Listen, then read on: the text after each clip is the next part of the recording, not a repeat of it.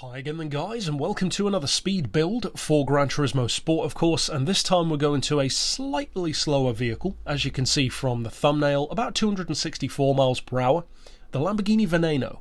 Now of course you can win this car if you don't want to fork out the frankly ridiculous price for it, but it's not the best thing around, let's be honest. For all of that price, it's only about as quick as the Diablo and the Aventador are anyway, and they're significantly cheaper.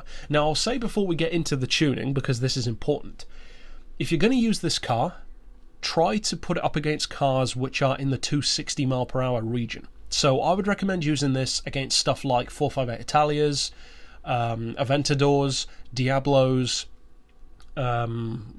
maybe SLS AMGs, that kind of stuff, more the 250, 260 mile per hour region, maybe a Supra even, but don't try and take on stuff like Enzos and Nismos, because although you can slipstream them, it's just not quick enough to stay ahead, so you'll find it very difficult to win unless they crash. So I would not recommend this car for top tier racing, it's more like mid-level.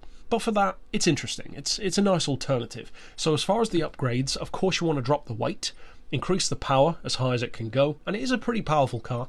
As far as traction control, you've got all-wheel drive, you've got downforce, you don't need it. As far as the tyres, super softs are the word of the day. As far as suspension, I've actually got the front a little bit lower than the back, and that's because it's naturally a car with its nose raised, so we've counteracted that a little bit. And as you can see, it's fairly high, almost halfway on the front and the back, and that's because of my signature suspension setup, which is for stability and handling. So in line with that, you want the frequency as high as it can go, anti-roll as low as it can go, likewise with the compression and the rebound of the dampers. Now I am running neutral camber, and I have raced this one and it has good stability and good handling in my experience, but if you find that it doesn't for you, maybe you are a more erratic driver for instance than I am, then you might want to give it 1 or even 2 degrees of camber, and that makes a world of difference. But I like to run with none if at all possible, because you simply get more tyre contact to the road on the straights, so it's down to you.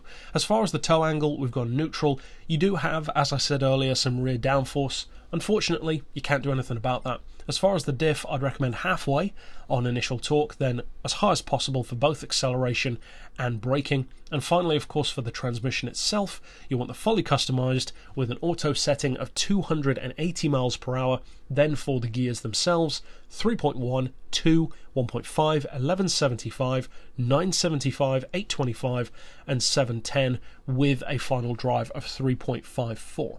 But of course what you want to see is how fast is it in action. Now, of course, if anyone's used my tunes before, you know well enough, if I say 264, that's what it can do, and that is the speed that this car can cruise at. I have no doubt you could probably squeeze another couple of miles per hour out of this one, but I'll be completely honest with you, it's not worth that kind of time. Even if you make this do 2 or 3 miles per hour more than I have, it's still not as quick as most of the other cars in the race, so it's just a waste of time. This is purely a car to use if you like the vehicle and if you just want to represent your love for it. And trust me, I can understand that. I use the Maserati Gran Turismo. It's not the fastest thing around, but I like using it with a ton of draft potential on the gearing simply because I like the car. So if you want to do that with this one, by all means give it a go. It's not a bad car, it's just not the top tier. So as you can see, you are pretty close to the red line doing that kind of speed, so if you do need more, then by all means drop that final drive, drop it to like 4 even if you wanted to, and it will give you lots more draft potential. Because as you can see, you're pretty much sitting on the red line anyway. Now it can still go, as I said, over 270. I think it was around 280, but I haven't raced this in quite some time. It was like 2 weeks ago since I last used it. So I'd recommend trying it out. You will probably need to drop the final drive though if you're racing against stuff that's already faster than 270. But of course, that's up to you. So if you want to check out many of my faster tunes than this one, then click here on screen, and for now, as always, thanks for watching.